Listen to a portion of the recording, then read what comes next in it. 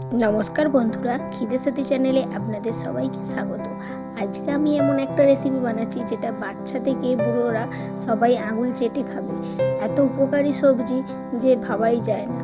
তার জন্য দেখুন, আমি প্রথমে কড়াইয়ে তেল দিয়ে দিয়েছি, তারপর শুকনো লঙ্কা ফোড়ন দেওয়ার পর কোচানো পেঁয়াজটা একটু ভেজে নিয়েছি, তারপর ডাঁটা আর আলুগুলোকে ভালোভাবে একটু ভেজে নেওয়ার পর রেগুলার মশলা জিরে গুঁড়ো, হলুদ গুঁড়ো, লঙ্কা গুঁড়ো দিয়ে একটু ভাজা করে নিয়েছি। ওপর থেকে এবার নুন দিয়ে দিয়েছি সিদ্ধ হওয়ার একটু পর, না হলে ভাজতে জল কেটে যাবে, তাই আমরা একটুখানি ভাজার পর নুনটা দিয়েছি। নুন দেওয়ার পর এবার সর্ষে বাটনা দিয়ে একটু জল দিয়ে ফুটতে দিয়েছি। আলুগুলো ভালোভাবে সেদ্ধ হয়ে গেছে, ওপর থেকে কাঁচা তেল ছড়িয়ে দিয়ে এবার আমি নামিয়ে নিয়েছি।